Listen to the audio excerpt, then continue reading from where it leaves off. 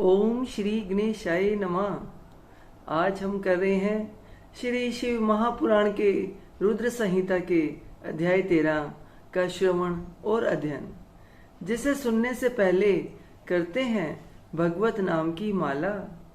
श्रीमन नारायण नारायण हरि हरि, भजमन नारायण नारायण हरि हरि।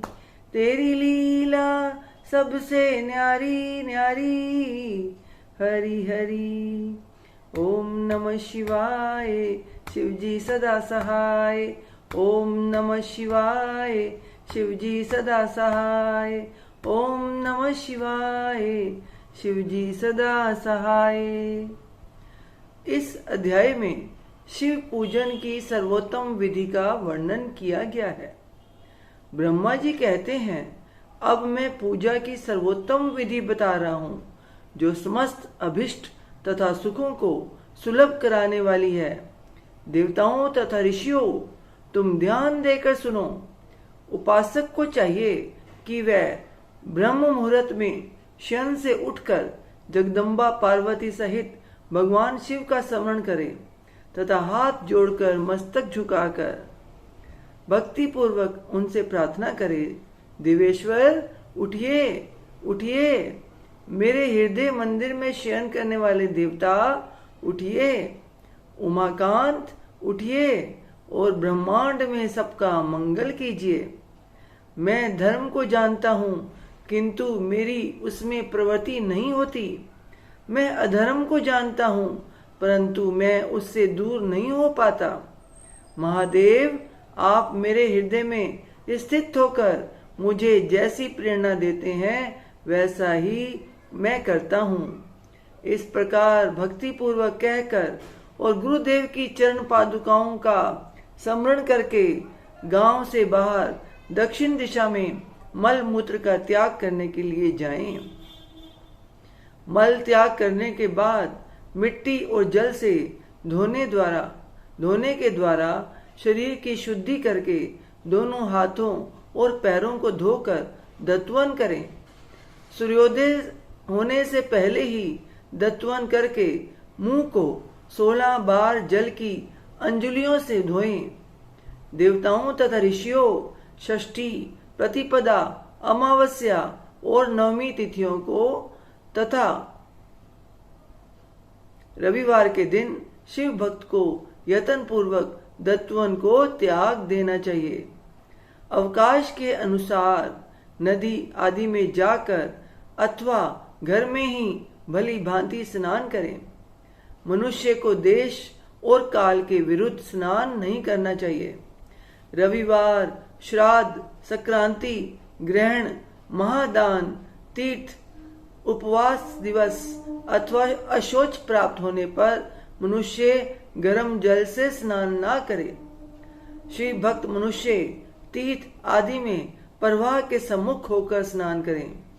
जो नहाने के पहले तेल लगाना चाहें, उसे विहित एवं निषिद्ध दिनों का विचार करके ही तेलाभ्यंग करना चाहिए। जो प्रतिदिन नियम पूर्वक तेल लगाता हो, उसके लिए किसी दिन भी तेलाभ्यंग दूषित नहीं है। अथवा जो तेल इत्र आदि से वासित हो, उसका लगाना किसी दिन भी दूषित नहीं है। सरसों का तेल ग्रहण को छोड़कर दूसरे किसी दिन भी दूषित नहीं होता। इस तरह देश काल का विचार करके ही विधि पूर्वक स्नान करें। स्नान के समय अपने मुख को उत्तर अथवा पूर्व की ओर रखना चाहिए। उचिष्ट वस्त्र का उपयोग कभी ना करें। शुद्ध वस्त्र से इष्ट देव के स्मरण पूर्वक स्नान करें। जिस वस्त्र को दूसरे ने धारण किया हो अथवा जो दूसरों के पहनने की वस्तु हो तथा जिसे स्वयं रात में धारण किया गया हो, वह वस्त्र उचिष्ट कहलाता है। उससे तभी स्नान किया जा सकता है जब उसे धो लिया गया हो। स्नान के पश्चात देवताओं, ऋषियों तथा पितरों को तृप्ति देने वाला स्नानांग तर्पण करना चाहिए। उसके बाद धुला हुआ वस्त्र पहने और आचमन करें। द्विजोत्तमो तदंतर गोबर आदि से लीप पोत कर स्वच्छ किए हुए शुद्ध स्थान में जाकर वहां सुंदर आसन की व्यवस्था करें। वह आसन विशुद्ध काष्ठ का बना हुआ, पूरा फैला हुआ तथा विचित्र होना चाहिए। ऐसा आसन संपूर्ण अभिष्ट तथा फलों को देने वाला है। उसके ऊपर बिछाने के लिए यथा योग्य मृग चर्म आदि ग्रहण करें। शुद्ध बुद्धि वाला पुरुष उस आसन पर बैठकर भस्म से त्रिपुंड लगाए। त्रिपुंड से जप तप तथा दान सफल होता है। भस्म के अभाव में त्रिपुंड का साधन जल आदि बताया गया है। इस तरह त्रिपुंड करके मनुष्य रुद्राक्ष धारण करे और अपने नित्य कर्म का संपादन करके फिर शिव की आराधना करे। तत्पश्चात 3 बार मंत्रोच्चारण पूर्वक आचमन करे। फिर वहां शिव की पूजा के लिए अन्न और जल ला कर रखें।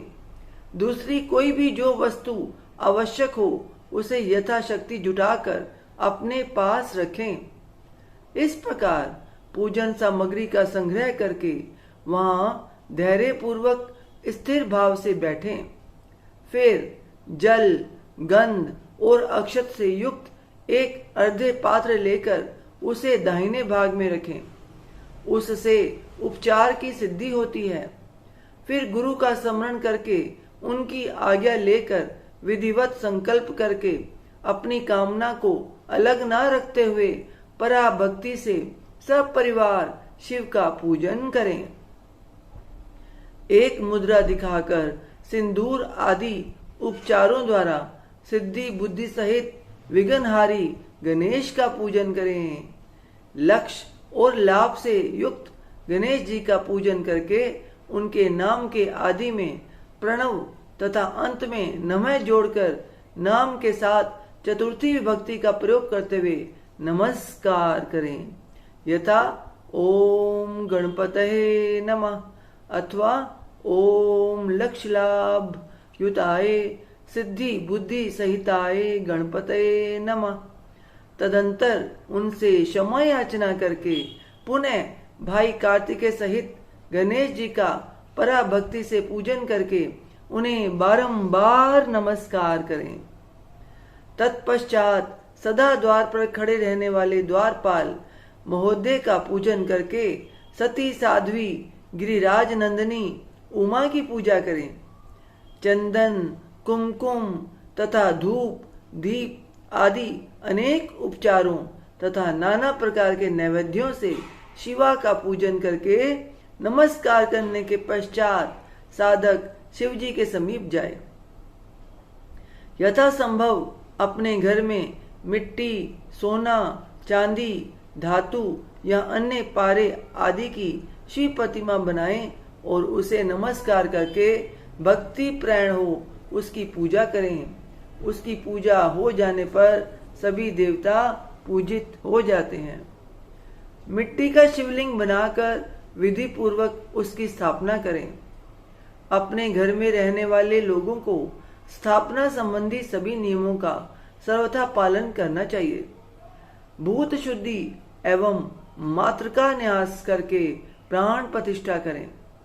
शिवालय में दिक्पालों की भी स्थापना करके उनकी पूजा करें। घर में सदा मूल मंत्र का प्रयोग करके शिव की पूजा करनी चाहिए। वहां द्वारपालों के पूजन का सर्वथा नियम नहीं है। भगवान शिव के समीप ही अपने लिए आसन की व्यवस्था करें। उस समय उत्तराभिमुख बैठकर फिर आचमन करें। उसके बाद दोनों हाथ जोड़कर तथा तब प्राणायाम करें। प्राणायाम काल में मनुष्य को मूल मंत्र की 10 आवृत्तियां करनी चाहिए। हाथों से 5 मुद्राएं दिखाएं। यह पूजा का आवश्यक अंग है। इन मुद्राओं का प्रदर्शन करके ही मनुष्य पूजा विधि का अनुसरण करें। तदंतर वहां दीप निवेदन करके गुरु को नमस्कार करें और पद्मासन या भद्रासन बांधकर बैठें अथवा उत्तानासन या प्रंगासन का आश्रय लेकर सुख पूर्वक बैठें और पुनः पूजन का प्रयोग करें। फिर अर्धे पात्र से उत्तम शिवलिंग का प्रक्षालन करें। मन को भगवान शिव से अन्यत्र ना ले जाकर पूजा सामग्री को अपने पास रखकर निम्नांकित मंत्र समूह से महादेव जी का आह्वान करें।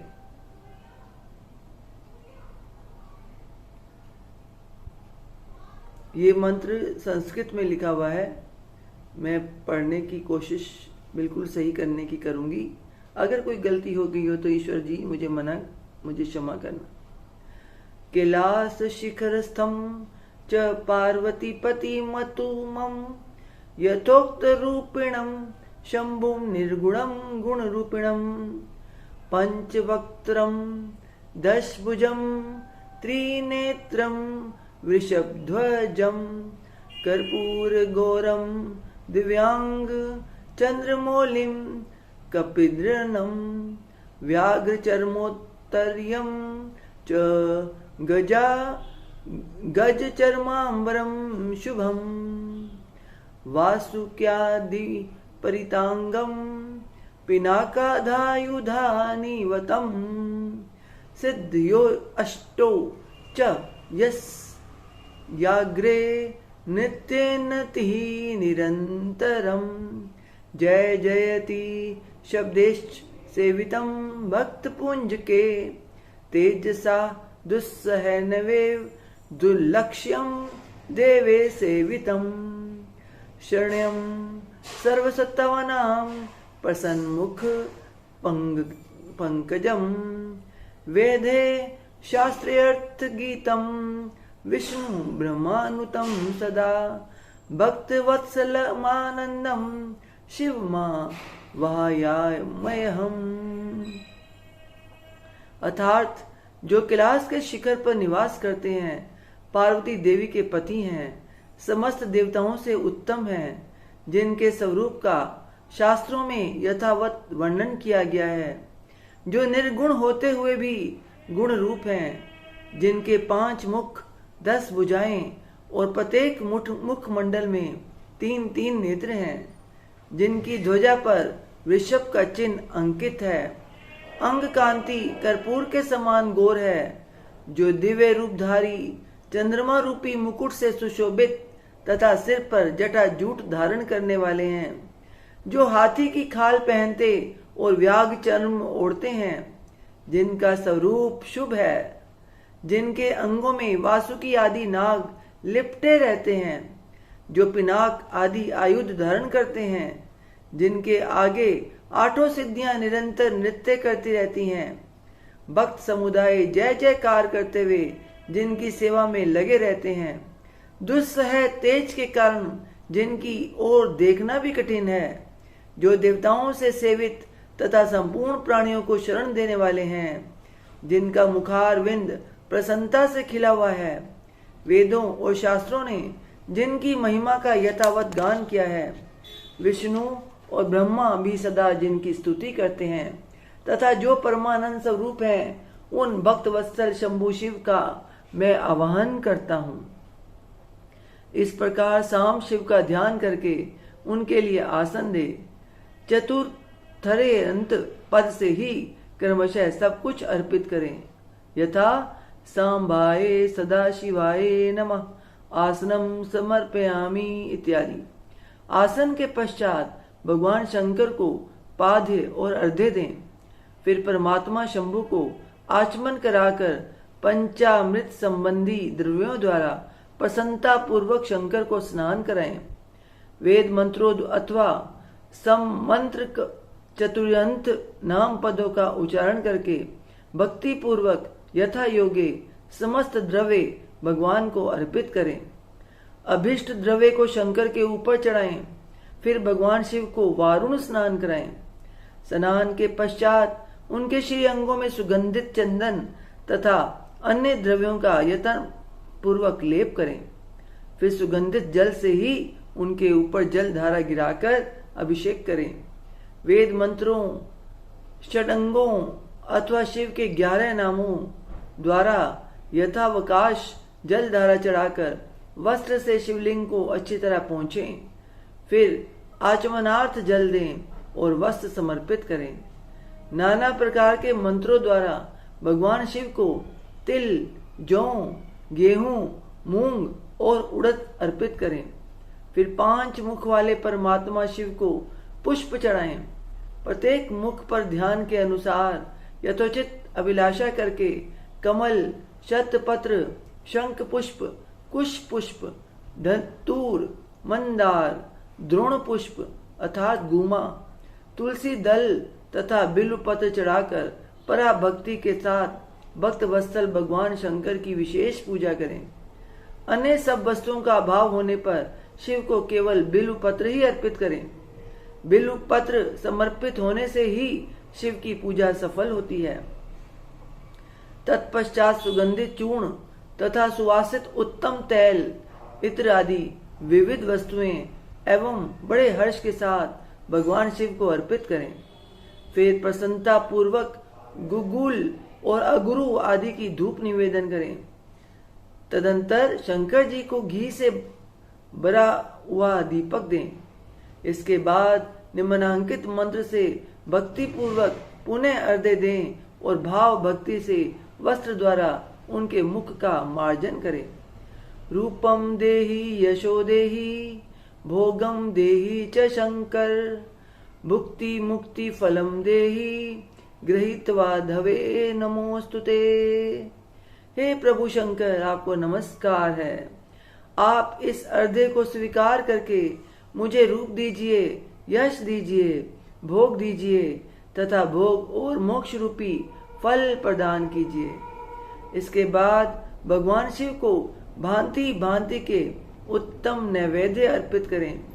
नैवेद्य के पश्चात प्रेम पूर्वक आचमन कराएं। तदंतर सांगोपांग तांबूल बनाकर शिव को समर्पित करें। फिर 5 बत्ती की आरती बनाकर भगवान को दिखाएं। उसकी संख्या इस प्रकार है: पैरों में 4 बार, नाभि मंडल के सामने 2 बार, मुख के समक्ष 1 बार तथा संपूर्ण अंगों में 7 बार आरती दिखाएं। तत्पश्चात नाना प्रकार के स्तोत्रों द्वारा प्रेम पूर्वक भगवान वृषभ ध्वज की स्तुति करें। तदंतर धीरे धीरे शिव की परिक्रमा करें। परिक्रमा के बाद भक्त पुष्प साष्टांग प्रणाम करे और निम्नांकित मंत्र से भक्ति पूर्वक पुष्पांजलि दे। पुष्पांजलि मंत्र: अज्ञानाधादि वा ज्ञानादद्यत पूजादिकं मया कृतं तदस्तु सफलं कृपया तव शंकर ताव कस्तव दगत प्राणस्तव इंचतोऽहं सदा मृड इति विज्ञाये गौरीश भूतनाथ प्रसीद मे भूमो सखलित पादानां भूमिरेवावलंबनम त्वयि जातापराधानां त्वमेव शरणं प्रभो। हे शंकर, मैंने अज्ञान से या जानबूझकर जो पूजन आदि किया है वह आपकी कृपा से सफल हो। मृड, मैं आपका हूँ। मेरे प्राण सदा आप में लगे हुए हैं। मेरा चित्त सदा आपका ही चिंतन करता है। ऐसा जानकर हे गौरीनाथ, भूतनाथ, आप मुझ पर प्रसन्न होइए। प्रभो, धरती पर जिनके पैर लड़खड़ा जाते हैं उनके लिए भूमि ही सहारा है। उसी प्रकार जिन्होंने आपके प्रति अपराध किए हैं उनके लिए भी आप ही शरण दाता हैं। इत्यादि रूप से बहुत बहुत प्रार्थना करके उत्तम विधि से पुष्पांजलि अर्पित करने के पश्चात पुनः भगवान को नमस्कार करें। फिर निम्नांकित मंत्र से विसर्जन करना चाहिए। विसर्जन: स्वस्थानां गच्छ देवेश परिवारयुतः प्रभो पूजा काले पुननार्थ त्वया अगणतवया मादरात। हे दिवेश्वर प्रभु, अब आप परिवार सहित अपने स्थान को पधारें। हे नाथ, जब पूजा का समय हो तब पुनः आप यहाँ सादर पदार्पण करें। इस प्रकार भक्त वत्सल शंकर की बारंबार प्रार्थना करके उनका विसर्जन करें और उस जल को अपने हृदय में लगाएं तथा मस्तक पर चढ़ाएं। ऋषियों, इस तरह मैंने शिव पूजन की सारी विधि बता दी है, जो भोग और मोक्ष देने वाली है। अब और क्या सुनना चाहते हो? इति श्री अध्याय 13। ओम तत्सत।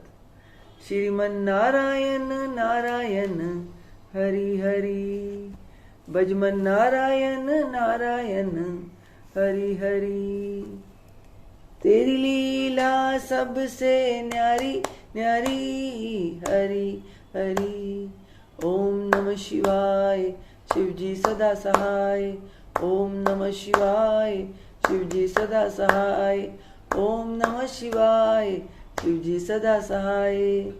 हे ईश्वर, आपकी बच्चे से आपकी पूजा अर्चना करने में, आपकी कथा उच्चारण करने में कोई गलती हो गई हो, कोई शब्द का उच्चारण गलत निकल गया हो, तो अपनी बच्ची समझ कर क्षमा कीजिएगा।